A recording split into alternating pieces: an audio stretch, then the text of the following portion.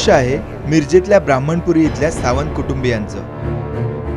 वहिवाटेच्या जागेच्या वादातून सावंत कुटुंबियांना शेजारच्या किसन जाधव कुटुंबानं वहिवाट बंद करून तब्बल 10 दिवस कोंडून ठेवलं होतं। सावंत यांच्या घराच्या दारावर दगडी भिंत उभी करून त्यावर काटेरी झाडांचं कुंपण घालून त्यांना बंदिस्त करण्यात आलं होतं।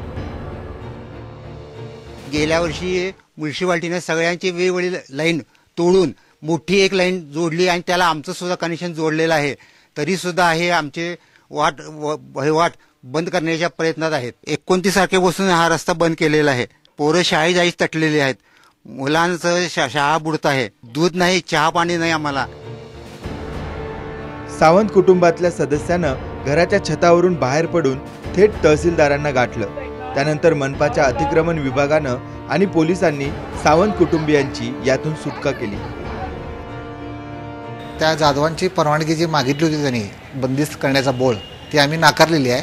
पोलीस बंदोबस्त घेऊन त्यांनी केलेलं जे अतिक्रमण आहे ते काढून टाकलं आणि सावंतना त्या बोळामध्ये येण्याचा मार्ग मोकळा करून दिला। दरम्यान या जागेवर मनपानं आपला मालकी हक्क सांगितल्यामुळे सावंत कुटुंबाला आता दिलासा मिळालाय। पीडित कुटुंबानं किसन जाधव कुटुंबाविरोधात तक्रार दाखल केली आहे।